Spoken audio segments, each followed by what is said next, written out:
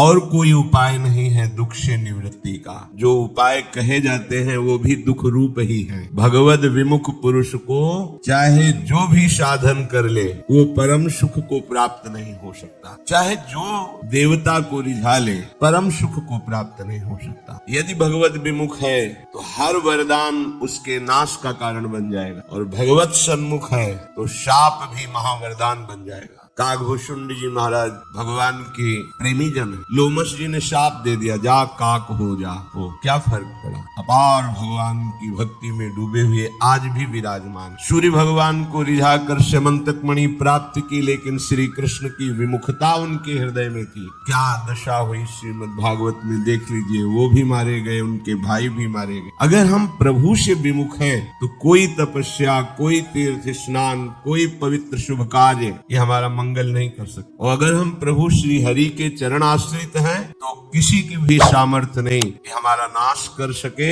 हमें विपत्ति में फंसा सके। किसी मंत्र में, तंत्र में, भूत में, प्रेत में या अन्य किसी में सामर्थ्य, क्योंकि प्रभु समस्त ईश्वरों के ईश्वर हैं। ये भ्रमात्मक माया का ऐसा जाल फैला हुआ है कि हमें सत्य लगता है संसार, सत्य लगता है शरीर, और सत्य लगते हैं इसके भोगे जाने वाले भोग। इसी में राजी रख करके माया हमारे समय को नष्ट करती रहती है, और जो हमें अमूल्य समय मिला था भजन के लिए, भगवत प्राप्ति के लिए, प्रभु श्री हरि को रिझाने के लिए, प्रियाजू को रिझाने के लिए, वो व्यर्थ में इंद्रियों के रिझाने में चला जाता है। मन और इंद्रियों की विलासिता में हमारा समय नष्ट कर देती है ये भगवान की त्रिगुणात्मिका माया। इसीलिए प्रभु करुणा करके कह रहे हैं कि मैं समस्त ईश्वरों का ईश्वर हूँ। ये करुणा है उनकी, उनको अहंकार नहीं है कि वो ये वर्णन कर रहे हैं कि तुम मेरी भक्ति करो, मैं भगवान हूँ, ईश्वरों का ईश्वर। ईश्वरों का ईश्वर होते हुए भी यही जहाँ उपदेश कर रहे हैं, अर्जुन के सारथी बने बैठे हैं। देख लो कैसा हमारे प्रभु का स्वभाव है कि अपने दास की दासता करने में भी हमारे प्रभु को संकोच नहीं होता। और है कौन? ईश्वरों के भी ईश्वर भगवान शंकर, महादेव, सनकादि, नारदादि, ये बड़े बड़े जिनके चरण रखने की, चौकी की वंदना करते रहे। एयं सदा परिभवग्नम अभीष्टदोहम तीर्थास्पदम शिवविरंचि नुतम शरण्यम। ओहो, ऐसे महामहिम प्रभु हैं, पर जो इनकी भक्ति करता है चरणों का आश्रय लेकर, ये इतने कृपालु हैं कि उसके सेवक बन जाते हैं। प्रभु कह रहे हैं विराट स्वरूप से भगवान सबको अपने गोद में लिए हुए, और सूक्ष्म रूप से भगवान सबके हृदय में विराजमान, चाहे वो चींटी ही क्यों न हो। इतने बड़े हैं कि सब उनके गोद में बैठे हैं, और इतने सूक्ष्म हैं कि जो तुम्हें दिखाई भी नहीं दे रहा उसके अंदर भी वो विराजमान। अणुअणियान महतो महियान। प्रभु कह रहे हैं हे प्रथानंदन अर्जुन, संपूर्ण प्राणी जिसके अंतर्गत है, जिससे यह संपूर्ण संसार व्याप्त है, वह परम पुरुष परमात्मा केवल अनन्य भक्ति के द्वारा प्राप्त किया जा सकता है। अनन्य भक्ति, भक्त्या लभस्त्वनन्यया। ये जब तक अन्य आश्रय है, अन्य बल है, अन्य सत्ता है तुम्हारे हृदय में, तब तक अनन्य भक्ति नहीं जागृत होती। पीछे वर्णन हुआ सात्विक, राजस और तामसिक, ये तीन प्रकार की प्रायः भक्तियां जगत में पाई जाती हैं। कोई बिरला होता है जो अनन्य भक्त होता है। कोई अपने विरोधी का नाश करने के लिए, चाहे वो विरोधी परिस्थिति हो, घटना हो, व्यक्ति हो या कोई, उसका नाश करने के लिए, कोई अपने यश के लिए, अपने मान प्रतिष्ठा के लिए, अपने परिवार सुख के लिए, धन संपत्ति के लिए, कोई बड़ा भाग्यशाली कि हमारे पाप नष्ट हो जाएं, हमारा कल्याण हो जाए, ये सब भक्ति करते भगवान की ही है, पर इसे अनन्य भक्ति नहीं कहते। ये समर्थ नहीं है भगवत साक्षात्कार कराने में, समर्थ है अनन्य भक्ति। इस अनन्य भक्ति को यदि आप समझ लिए तो आपको बिना श्रम के भगवत प्राप्ति हो जाएगी, पर थोड़ा अहंकार के कारण समझना कठिन होता है। ये क्रिया प्रधान भक्ति नहीं है। जो अनन्य भक्ति है ये क्रिया प्रधान नहीं है, ये भाव प्रधान है। भावोत्सवेन भजताम रसकाम धेनुम तम राधिका चरण रेणु महम स्मराम। ये भावोत्सव के द्वारा हर समय अपनी प्यारी जो और प्यारे जो में, श्यामा श्याम में चित्तवृत्ति जोड़े हुए उनके अनुराग में रगा हुआ उपासक गदगद सुर नैना सजल दंपति रस रह भीन इहगत वृंदा विपिन में फिरे प्रेम तर लीन। ये है वो महापुरुष अनन्य भक्ति का हृदय में विस्तार किए हुए। ये जहाँ चरण रख दे वहाँ तीर्थ प्रकट हो जाए, अर्थात उनकी चरण रज तीर्थों से भी अधिक पावन करने वाली, क्योंकि तीर्थी कुर्वन्ति तीर्थानि। इनके चरणों की रज का ऐसा महत्व है कि अगर तीर्थों में चले जाएं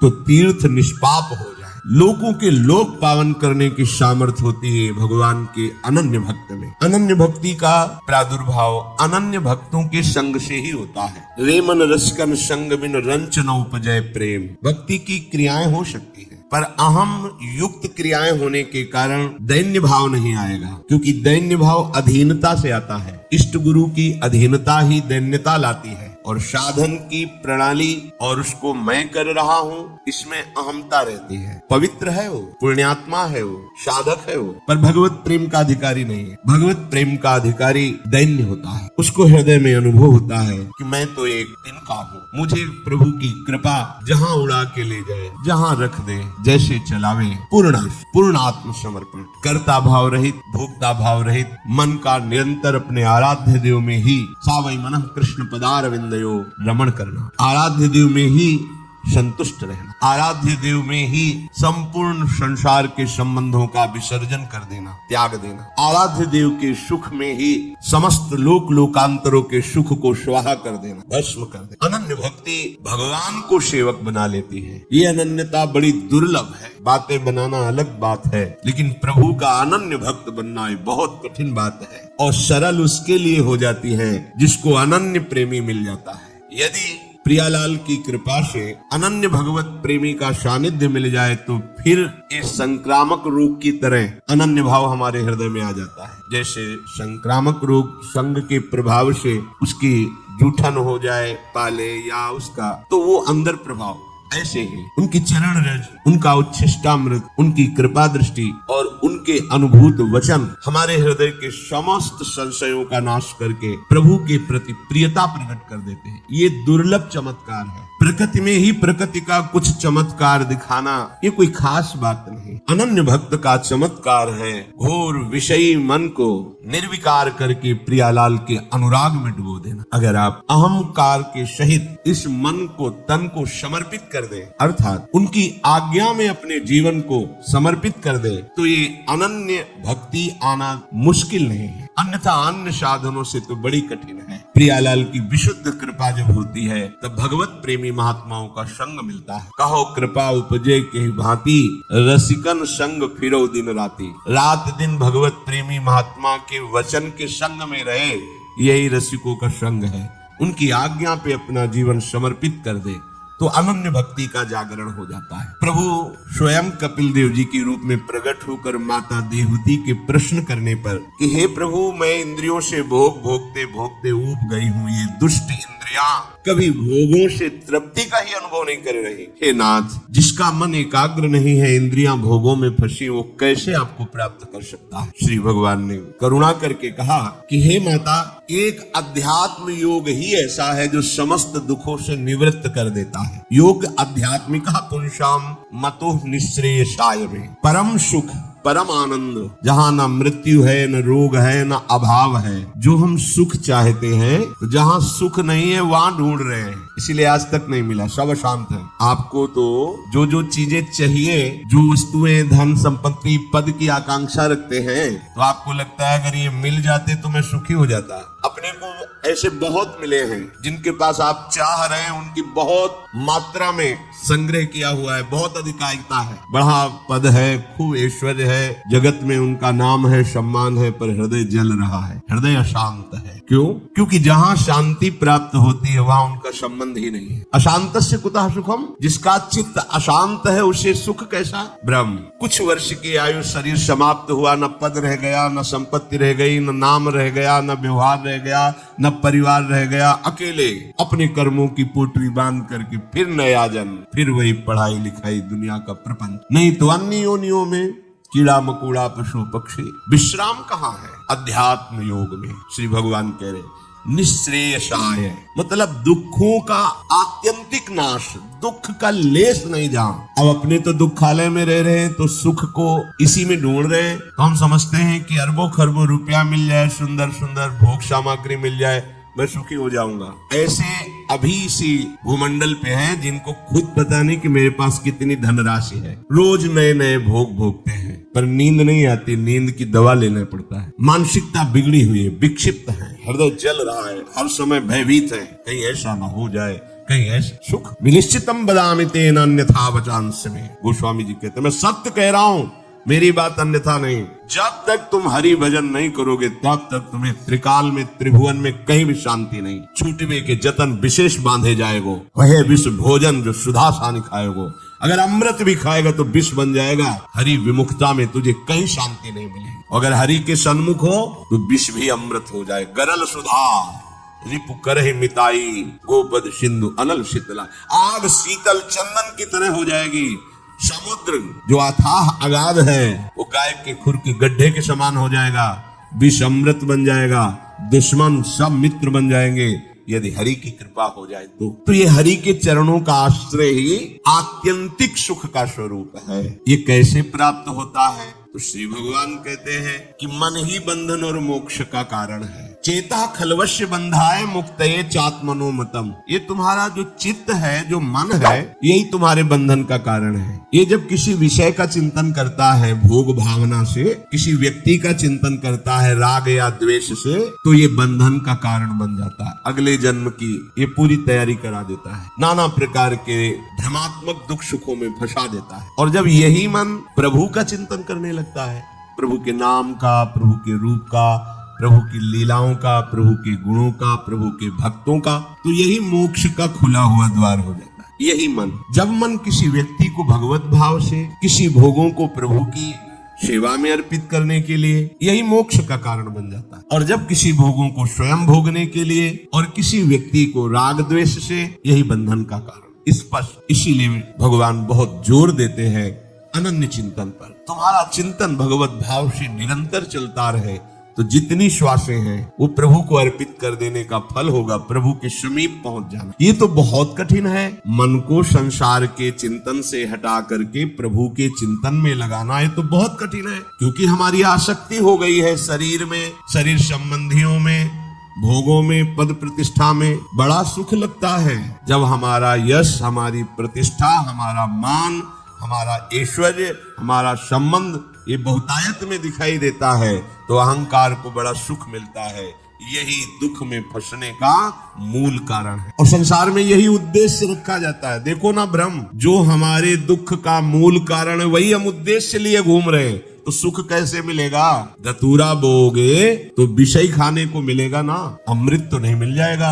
अगर धतूरे में एक जीवन नष्ट करने के सामर्थ्य है तो मान, प्रतिष्ठा, प्रशंसा, भोग, भावना ये कई जन्म नष्ट करने की सामर्थ्य रखता है। बुद्धि हमारी भ्रमित है, इसलिए हम समझ नहीं पा रहे। विष तो एक जन्म मारता है, विषय देखो ना, जब से सृष्टि हुई आज तक मार ही तो रहा है। मरते मरते थक गए, मरना नहीं मिटा, फिर मरना पड़ेगा। अरे अब तो ऐसा मरो कि अब जन्मना न पड़े, मृत्यु महोत्सव हो जाए। तो हे प्रभु, ये आसक्ति हमारी हो गई है शरीर में, शरीर संबंधियों में, भोगों में। तो जहां हमारी आसक्ति होती वहीं हमारा मन चित्त चिंतन करता है। और आप कह रहे हैं कि अगर मन चिंतन करे निरंतर प्रभु का तो मुक्त है, जीवन मुक्त है। अभी कैसे हो सकता है ऐसा? तो श्री भगवान ने कहा, प्रसंगमजरम पाशमात्मनः कवयो विदुः स एव साधु सुकृतो मोक्ष द्वारमपावृतम्।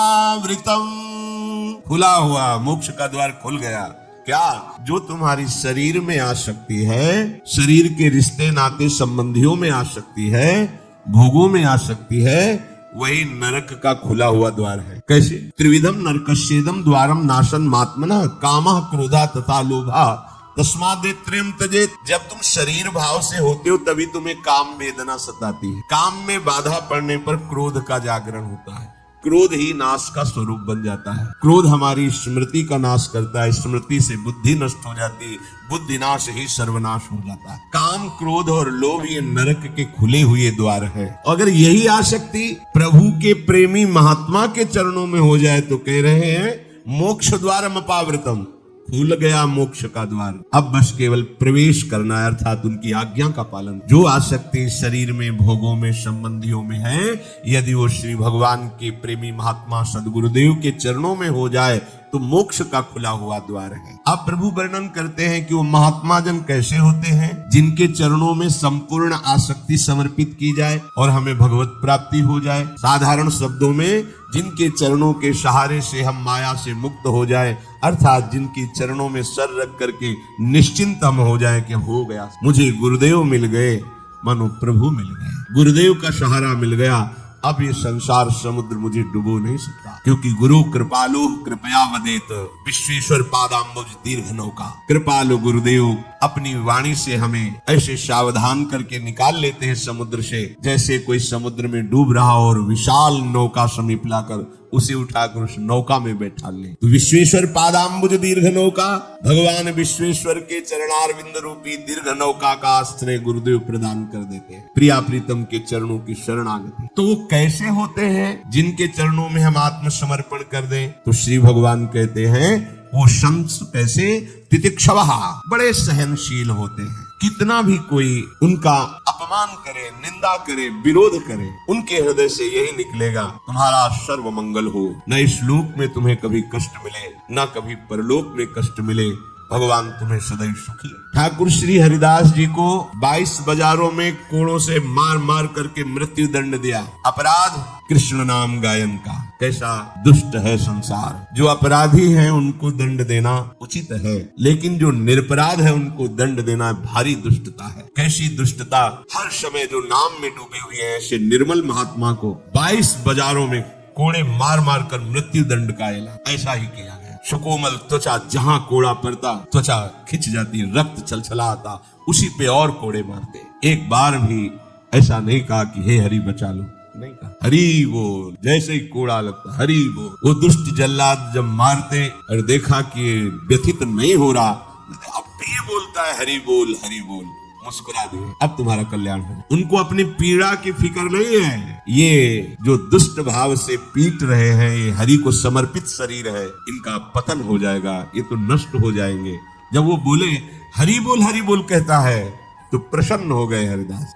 2 बार हरि बोला, अब इनका तो कल्याण निश्चित। ये है तितिक्षवः, अपने कष्ट की परवाह नहीं है। ईसा मसीह जी को क्रूस पे टांगा गया तो आंसू निकल पड़े। पूछा निजी परिकरों ने, प्रभु बहुत कष्ट हो रहा हो? बोले नहीं, ये आंसू उसके लिए, उस शिष्य के लिए है जिसने मुझे सूली पर टंगवाया है। शिष्य ने ही उनके इस सूली पर चढ़ने का पूरा षड्यंत्र रचा। मैं अपने ईश्वर से प्रार्थना करता हूँ कि उसको कभी कष्ट। कैसा हृदय, कैसा संतों का कैसा हृदय होता है। महाप्रभु हरिवंश चंद्र जी के लिए सेवक जी लिखते हैं, करत जे अनसहन निंदक तीनों पे अनुग्रह। जो अनसहन करके अवहेलना करते हैं, अपमान करते हैं, निंदा करते हैं, उनका भी मंगल किया। मंगल, ये संत ऐसे। संत ते होए न कार्य जाने। साधु से कभी किसी का अमंगल नहीं हो सकता। वो गुस्सा होकर शाप दे दे तो भी वरदान से बढ़कर होता है। नारद जी ने शाप दे दिया नलकुबर मणिग्रीव को, क्या जा वृक्ष योनि को प्राप्त हो। कहाँ के वृक्ष बनाया? नंदालय के। और जो बड़े बड़े मुनियों के ध्यान में भी बड़ी दुर्लभता से आते हैं, उन श्री कृष्ण का स्पर्श और संभाषण और दर्शन प्राप्त हुआ। ये शाप था या वरदान था। भगवान के जो प्रेमी भक्त होते हैं वो महान से महान कष्ट सहकर कष्ट देने वाले को कष्ट रहित कर देते हैं। ये त्रिभुवन में कहीं ऐसा स्वभाव नहीं पाया गया। ऐसा स्वभाव त्रिभुवन में किसी का नहीं जैसा संत का है।